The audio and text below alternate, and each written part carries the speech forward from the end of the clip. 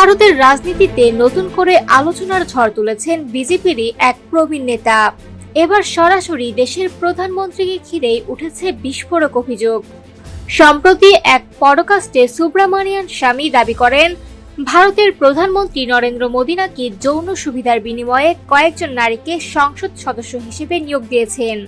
শুধু তাই নয়, তাদের মধ্যে কিছুজনকে মন্ত্রিসভাতেও অন্তর্ভুক্ত করা হয়েছে বলেও অভিযোগ করেন তিনি। অ্যাপস্টেইন ফাইলস নিয়ে আলোচনার সময় তার এই বক্তব্য মুহূর্তে সামাজিক যোগাযোগ মাধ্যমে ভাইরাল হয়ে যায় এবং সৃষ্টি করে তীব্র বিতর্ক। এই অভিযোগে আরও ইন্ধন যোগ করেন ডানপন্থী লেখক মধু পূর্ণিমা কিশোর।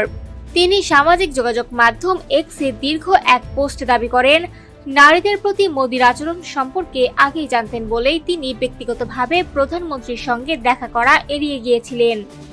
একই সঙ্গে যুক্তরাষ্ট্র সফরের সময় মোদির বিলাসবহুল জীবনযাপন নিয়েও প্রশ্ন তোলেন তিনি। কিশোর আরও কিছু উচ্চ পর্যায়ের নিয়োগ নিয়ে প্রশ্ন তুলে উদাহরণ হিসেবে স্মৃতি ইরানির নাম উল্লেখ করেন। তার দাবি, শিক্ষাগত যোগ্যতা নিয়ে বিতর্ক থাকা সত্ত্বেও তাকে গুরুত্বপূর্ণ মন্ত্রণালয়ের দায়িত্ব দেওয়া হয়েছিল। এদিকে রাজনৈতিক বিশ্লেষক তরুণ গৌতম সহ আরো অনেকে এই ভিডিও শেয়ার করায় বিষয়টি আরো দ্রুত ছড়িয়ে পড়ে। বিভিন্ন সূত্রে জানা যায়, কিশোরের পোস্টটি ইতোমধ্যে কোটি মানুষের বেশি দেখা হয়েছে। তবে উল্লেখযোগ্য বিষয় হলো, এই ভিডিও বা অভিযোগগুলোর সত্যতা এখনো স্বাধীনভাবে যাচাই করা সম্ভব হয়নি। ফলে বিষয়টি নিয়ে তৈরি হয়েছে দ্বিধা ও বিতর্ক।